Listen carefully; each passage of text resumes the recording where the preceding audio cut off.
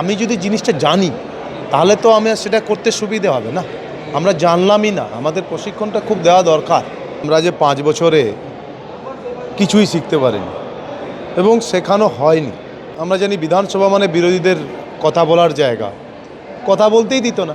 মুখ্যমন্ত্রী যখন কোথাও গিয়ে সভা, আমাদের প্রশাসনিক সভা করতেন কোনো জেলাতে, সেখানেও ডাক পেতাম না। বিধানসভা এতদিন লাইভ হতো না, এখন লাইভ হচ্ছে। কিছু ইলেকট্রিক আমাদের এখনও ভোটিং দিতে হয়, আমাদের কাগজ কলমে দিতে হয়, এখনও ইলেকট্রিক বটম সিস্টেম আসেইনি। তো অনেক কিছু বিষয় আছে বিধানসভা পরিবর্তন করতে হবে। এতদিন যে বিধানসভাটা চলতো, পশ্চিমবাংলার বিধানসভাটা শুধু শাসকরাই যা করতো শাসকরাই করতো। কিন্তু গতবারও বিধায়ক ছিলেন, এবারও বিধায়ক এবং রাজ্যের মন্ত্রী। আজকের অভিজ্ঞতা কেমন এই প্রশিক্ষণ শিবিরে? দেখুন, ফার্স্ট অফ অল বিধানসভাতে এই প্রশিক্ষণটা এই প্রথমবার হচ্ছে 50 বছরে, এবং আমরা যে 5 বছরে কিছুই শিখতে পারিনি এবং শেখানো হয়নি। বিরোধীদের, আমরা জানি বিধানসভা মানে বিরোধীদের কথা বলার জায়গা, কথা বলতেই দিত না। মুখ্যমন্ত্রী যখন কোথাও গিয়ে সভা, আমাদের প্রশাসনিক সভা করতেন কোনো জেলাতে, সেখানেও ডাক পেতাম না।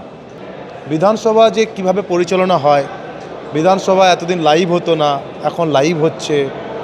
বিধানসভায় যে কিভাবে শিষ্টাচার, কিভাবে কোন কোন বিষয় নিয়ে আলোচনা, এগুলো গুরুত্ব, এইগুলো তো আগে হতো না, আগে শেখায়নি।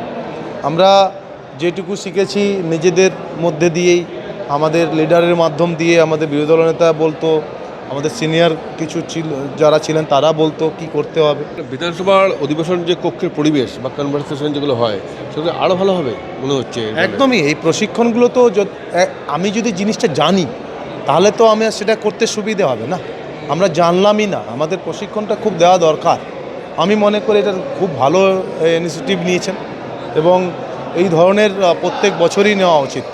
এবং যে রকমের এখন ফাইল চলে আসছে, সমস্ত কিছু ইলেকট্রিক, আমাদের এখনও ভোটিং দিতে হয়, আমাদের কাগজ কলমে দিতে হয়, এখনও ইলেকট্রিক বটম সিস্টেম আসেইনি।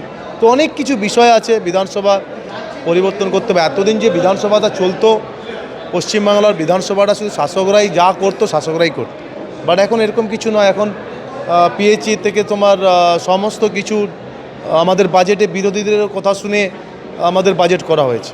সো এই জিনিসগুলো ইজ ইম্পর্ট্যান্ট। আমাদের যে বিরোধী জিতে এসেছে সে আমাদের পশ্চিমবাংলার লোক এবং পশ্চিমবাংলার একটা পার্ট। তো আমরা শাসক বলে কি আমরাই সমস্ত কিছু বাজেট করে নেব কিংবা তাদের কিছু দেব না, বঞ্চিত করব, সেটা তো ন্যায্য হবে না।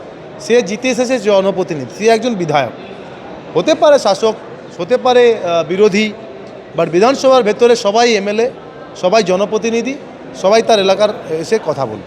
এটা আমার মনে হয় এটা খুবই ভালো উদ্যোগ একটা এখানে আমাদের বিধানসভার পক্ষ থেকে করা হয়েছে এবং এই প্রশিক্ষণটা ইজ ভেরি ভেরি ইম্পর্ট্যান্ট।